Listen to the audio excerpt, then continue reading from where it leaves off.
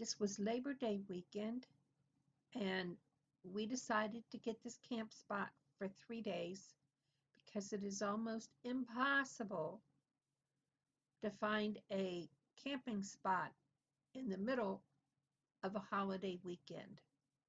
So we used Crown Point Campground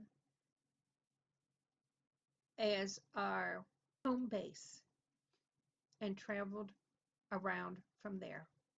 Please take a second to comment, subscribe, ring the bell to get notices of new videos, and please give a thumbs up.